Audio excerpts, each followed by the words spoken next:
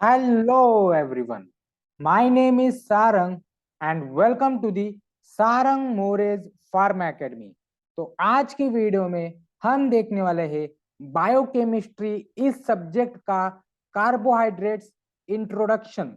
तो इसमें सिर्फ हम कवर करने वाले हैं कार्बोहाइड्रेट्स की डेफिनेशन, उसके बाद हम कवर करने वाले उसका क्लासिफिकेशन, फंक्शंस ऑफ कार्बोहाइड्रेट्स, उसके बाद हम देखने वाले हैं difference between reducing agent and non reducing agent, और लास्ट वाला है डिसऑर्डर्स ऑफ कार्बोहाइड्रेट्स।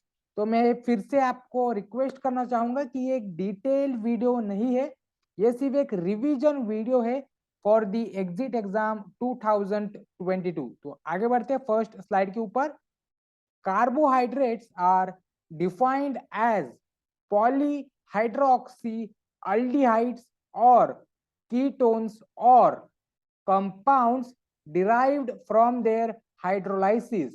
तो कार्बोहाइड्रेट्स ऐसे कंपाउंड रहते हैं जो कि अल्डिहाइड से डिराइव्ड हो चुके हैं या फिर कीटोन्स से डिराइव्ड हो चुके हैं by the process of hydrolysis. तो उसके बाद हम नेक्स्ट देखने वाले हैं ग्लाइकोजेनेसिस।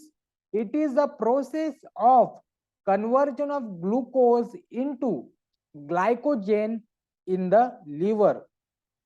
तो लीवर के अंदर ग्लूकोज का कन्वर्जन इन ग्लाइकोजेन, ग्लूकोज का ग्लाइकोजेन में कन्वर्जन ही ग्लाइकोजेनेसिस ये प्रोसेस का नाम है।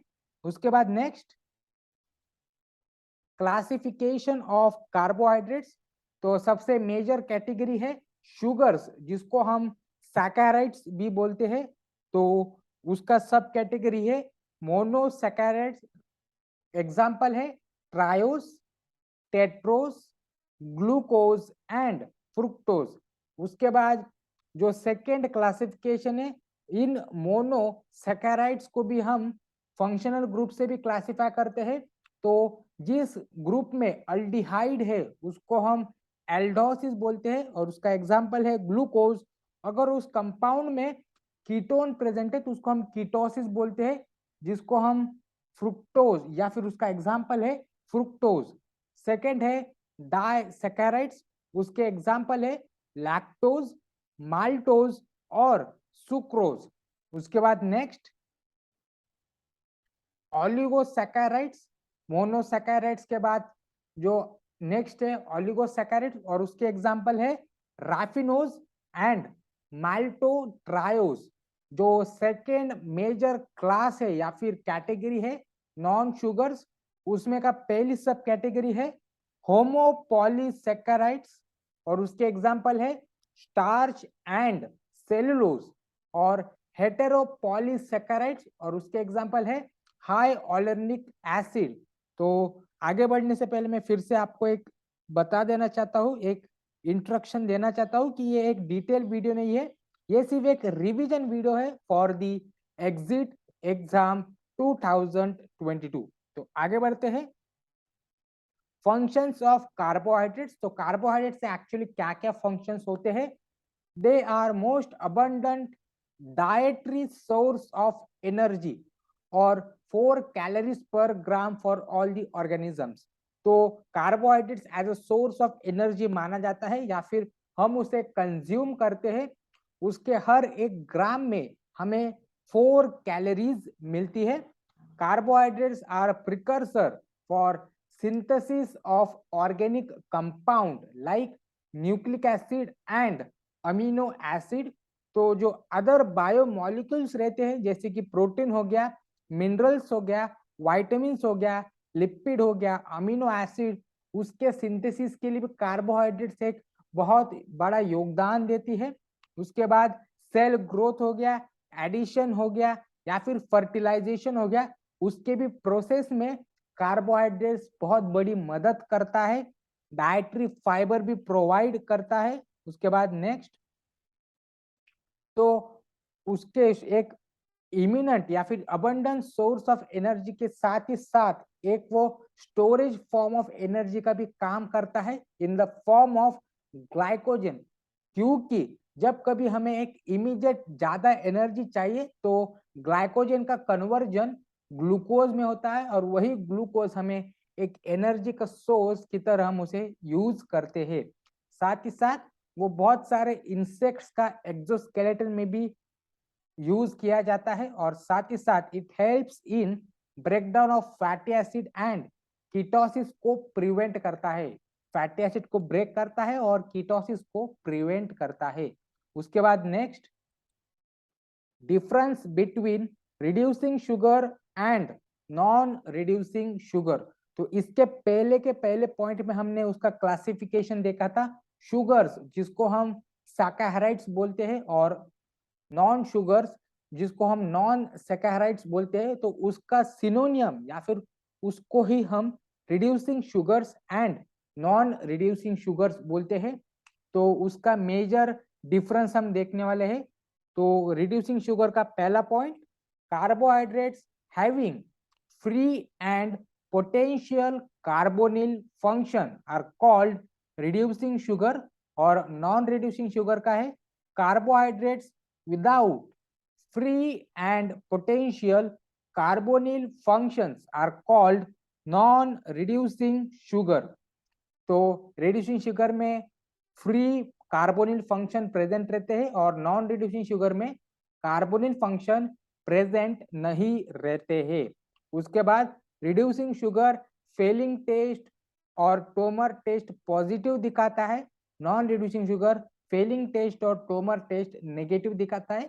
और साथ ही साथ ओसाजोन टेस्ट जो कि एक कंफर्मेटरी टेस्ट रहता है कार्बोहाइड्रेट्स के लिए या फिर रिड्यूसिंग शुगर के लिए, वो भी नेगेटिव डिटेक्ट करता है। In the contrast reducing sugar Fehling test, Trommer test और ओसाजोन टेस्ट को पॉजिटिव डिटेक्ट करता है। रिड्यूसिंग शुगर के एग्जाम्पल है ग्लूकोज, माल्टोज एंड फ्रुक्टोज। और नॉन रिड्यूसिंग शुगर का एग्जाम्पल है सुक्रोज एंड स्टार्च। मैं फिर से रिपीट करता हूं, नॉन रिड्यूसिंग शुगर का एग्जाम्पल है सुक्रोज। इसके ऊपर क्वेश्चन बन सकता है एग्जिट एग्जाम में, in the form which of the following is non reducing sugar, और उसके ऑप्शन दिए जाएंगे ग्लूकोज, माल्टोज, फ्रुक्टोज और सुक्रोज। तो उसका करेक्ट आंसर रहेगा सुक्रोज। सुक्रोज एक नॉन रिड्यूसिंग शुगर माना जाता है या फिर डिटेक्ट किया जाता है। उसके बाद next, disorders related to carbohydrates metabolism. तो कार्बोहाइड्रेट्स का अगर ओवर सिक्रीशन या फिर ओवर कंजम्पशन से कौन से डिसऑर्डर्स होते हैं, तो सबसे पहला जो फेमस डिसऑर्डर है कार्बोहाइड्रेट्स के वजह से या फिर बहुत ज्यादा शुगर कंज्यूम करने की वजह से, और वो है diabetes. It is metabolic disorder in body which is unable to utilize the glucose. अगर ग्लूकोज को ज्यादा कंज्यूम किया तो बॉडी उसको डाइजेस्ट नहीं कर पाती, तो उसी डिसऑर्डर को डायबिटीज मिलिटस बोलते हैं। उसके सिम्टम्स है हाइपरग्लाइसेमिया, मतलब ब्लड शुगर लेवल, खून में शुगर की लेवल बहुत ज्यादा बढ़ जाती है, उसको हम हाइपरग्लाइसीमिया बोलते हैं। ग्लाइकोस यूरिया, मतलब यूरिन में ग्लूकोज का एक्सक्रीशन बहुत ज्यादा हो जाता है, बहुत ज्यादा यूरिन फ्रीक्वेंट यूरिनेशन रहता है जिसको हम पॉलीयूरिया बोलते हैं। पॉलीडिप्सिया मतलब ज्यादा प्यास लगती है, एक एवरेज इंसान के कंपैरिजन में वेट लॉस होता है। सेकेंड डिसऑर्डर है glycogen storage disease. It is a group of disease in which there is accumulation of glucose in the liver and body cannot utilize it। तो बॉडी में glucose store रहता है पर body उसको utilise नहीं कर पाती, उसको एक्सक्रीट नहीं कर पाती, उसको डाइजेस्ट नहीं कर पाती। उसी डिसीज को हम ग्लाइकोजन स्टोरेज डिसीज बोलते हैं। वो एक ग्रुप ऑफ डिसीज है, तो उसके नाम है वैन ग्रिकेज डिसीज। सेकेंड है पॉम्स डिसीज। उसके बाद नेक्स्ट लिमिट डेक्सट्रिनोसिस, अमाइलोपेक्टिनोसिस। ये चार है जो कि ग्लाइकोजन स्टोरेज डिसीज में काउंट किए जाते हैं।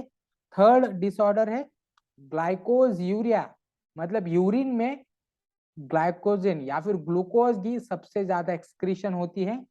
Galactosaemia due to deficiency of galactose 1 phosphate uridyl transferase and galactokinase.